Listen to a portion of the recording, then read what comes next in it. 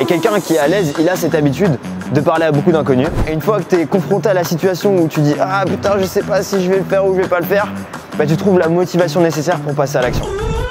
Dans la dernière vidéo, j'ai parlé de motivation. J'ai donné toutes les petites astuces, tous mes secrets, toutes les techniques pour ressentir les bonnes émotions et enfin passer à l'action pour obtenir ce que tu veux. Sauf que la motivation, c'est une émotion que tu vas ressentir sur le court terme et il manque un élément si tu veux vraiment réussir. Aujourd'hui, on va parler de stratégie pour vraiment obtenir ce que tu veux sur le long terme. Si tu coupes les deux, tu vas être une putain de machine et en 2023, tu vas tout exploser, mec. Let's go, baby! Je suis chaud là! C'est parti pour la vidéo.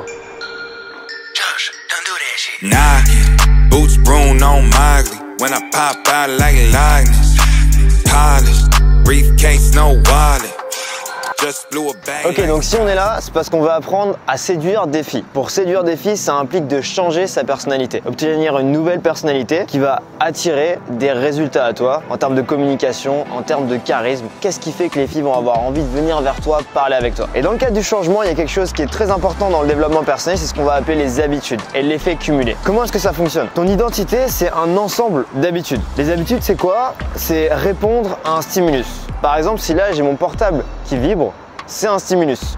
Ça va me donner envie de sortir mon téléphone. Donc c'est une habitude que j'ai. Si je suis sur mon téléphone dans mon menu et je vois sur Instagram, il y a une petite notification, il y a le petit 1 à côté, ça va éveiller certaines hormones, certaines émotions qui vont me donner envie de cliquer pour sécréter de la dopamine. Ce qu'on appelle en anglais un trigger, donc un stimulus et une action suite à ce trigger.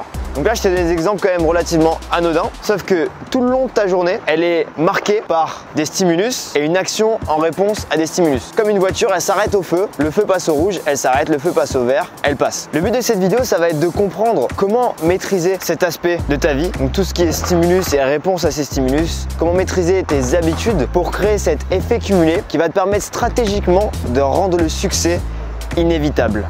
Donc je vais donner un plan d'action en 4 étapes que tu vas pouvoir suivre pour modifier tes habitudes dans un premier temps et modifier ton identité qui est ancrée en toi. De sorte à ce que quand tu vois une fille, au lieu d'avoir l'habitude d'avoir peur et de pas aller l'aborder, eh bien c'est facile pour toi d'aller l'aborder, tu le fais en t'amusant et puis tu obtiens des résultats sans faire d'effort. L'étape 1 consiste à étudier. Qu'est-ce que tu cherches à accomplir? Une fois que tu le sais, tu vas regarder des gens qui ont eu du succès dans ce domaine-là et comment est-ce qu'ils ont fait pour accomplir ces choses-là. Et tout ce qu'il faut que tu fasses, c'est que tu étudies leurs habitudes. Je me souviens plus très précisément, mais il y a un philosophe, je crois que c'est Kant, un philosophe allemand. Si je me trompe, je mettrai une note, qui avait une routine matinale extrêmement précise et il faisait tout le temps la même chose. C'est-à-dire que si quelqu'un voulait le tuer, c'était très simple. Il savait qu'à 10h44, il allait être assis sur ce banc, à ce parc. Il se levait tout le temps à la même heure, il allait marcher tout le temps dans le même parc, il mangeait tout le temps la même chose et il était vraiment réglé comme une horloge. Et il a accompli des grandes choses parce que grâce à ces habitudes-là, ça le permettait de rester focus sur son travail et d'avoir une stratégie vraiment fiable pour qu'il puisse nous pondre des dingueries stratosphériques, comme si je me souviens bien, les impératifs catégoriques de Kant, qui sont... Si tu t'intéresses à la philosophie, c'est vraiment sympathique. Je suis un amateur de philosophie, mais j'ai bien kiffé ces trucs-là. Donc par rapport à la séduction, qu'est-ce que ça va être? Ça va être aborder régulièrement, faire des rencontres avec des inconnus. Ça va être sortir de ta zone de confort dans tous les aspects de ta vie, être capable de passer à l'action malgré le fait qu'émotionnellement tu te sentes pas forcément bien, être capable de créer du lien, du rapport avec les gens et toutes ces petites habitudes, comme je vais donner un exemple tout bête que je dis souvent dans mes vidéos, sourire. Tu regardes quelqu'un qui a les résultats que tu veux, tu vas te rendre compte qu'il sourit plus que toi et c'est une habitude pour lui quand il rencontre quelqu'un, une nouvelle personne, il va regarder droit dans les yeux, il va sourire, il va créer une connexion avec elle très rapidement. Donc là tu vois, le stimulus ça va être rencontrer un ou une inconnue et l'action ça va être sourire et la regarder droit dans les yeux. Peut-être que toi ton action va être différente et ça va être de regarder par terre, de ne pas projeter ta voix, de ne pas sourire, de réfléchir dans ta tête. Une fois que tu l'as identifié, c'est là que tu donnes le pouvoir du changement. On va enfin pouvoir passer à l'étape 2. L'étape 2 consiste à analyser. Donc il faut que tu comprennes qu'est-ce que tu fais de bien et qu'est-ce que tu fais de mal. J'en parle beaucoup dans mes vidéos, un truc dont je suis extrêmement fan dans le cadre du progrès, c'est de mettre de la conscience sur ce que tu fais. C'est pourquoi quand je vais aller parler à des inconnus, je vais faire ce que j'appelle des field reports, des rapports sur ma session et je me dis ok, là je lui ai parlé de telle façon, voilà le résultat que j'ai obtenu. Là j'ai obtenu un résultat positif, pourquoi? Comment est-ce que j'ai fait? Là j'ai obtenu un résultat négatif, pourquoi? Comment est-ce que je vais pouvoir m'améliorer dans ma prochaine session? Donc le fait d'analyser à chaque fois ce qui marche et ce qui ne marche pas va te permettre de comprendre quels sont tes stimulus que tu as développés au fur et à mesure du temps. Parce que sans faire cet exercice pratique de mettre de la conscience là-dessus, tu vas jamais t'en rendre compte. Et de cadrer du temps pour analyser qu'est-ce qui est en train de se passer va te permettre de comparer ce que tu as fait dans l'étape 1, donc par rapport à ce que j'ai étudié, est-ce que mes analyses correspondent? Et si ça ne correspond pas, comment est-ce que je vais faire? Quel plan d'action est-ce que je vais pouvoir mettre en place? Et c'est là qu'on va pouvoir passer à l'étape 3. L'étape 3, la plus compliquée mais la plus marrante si tu le fais bien, c'est de passer à l'action.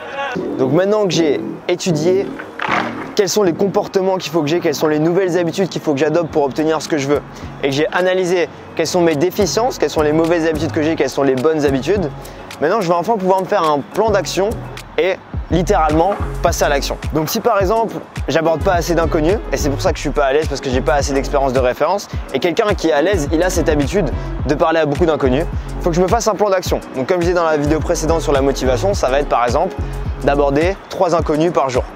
Une fois que j'ai fait ce plan d'action, je passe à l'action, j'agis et j'obtiens les feedbacks de mon environnement.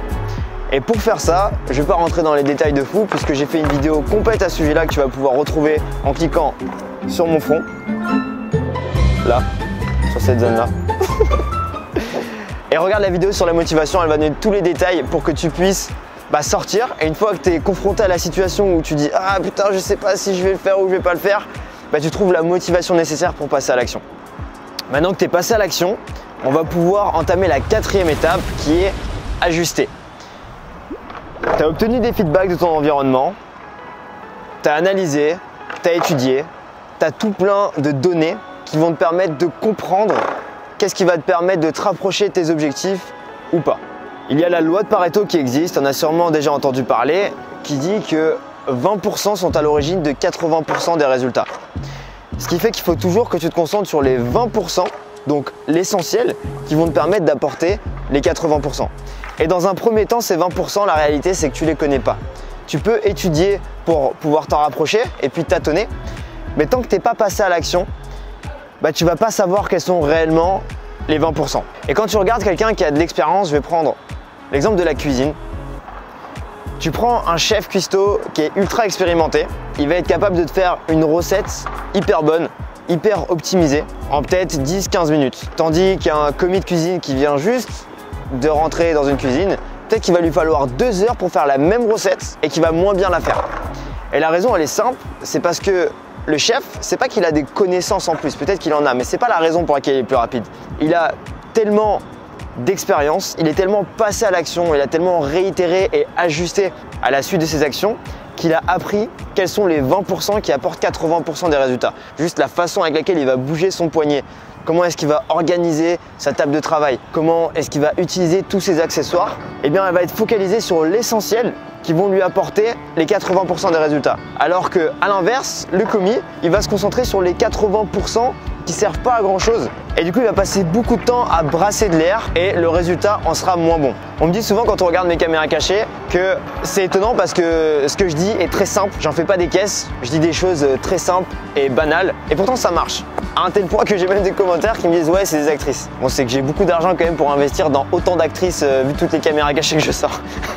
Ceci étant dit, ça reste quand même un commentaire qui est intéressant parce que je me souviens que dans le passé, quand j'ai commencé à m'intéresser à la séduction, j'avais tendance à beaucoup trop parler, un petit peu comme ce commis cuisine qui va brasser de l'air dans tous les sens et avoir beaucoup moins de résultats. Et au fur et à mesure de mon expérience, je me suis rendu compte des 20% qui m'apportaient les 80% des résultats, à savoir dans le cadre de la séduction, ça va être ton attitude, ton sourire, ton non-verbal, ton intention derrière les choses que tu dis et créer du lien avec la personne que tu as en face de toi. Si tu arrives à faire ces choses-là extrêmement bien, tu peux t'en sortir juste en allant voir une personne et en lui disant « Salut, ça va ».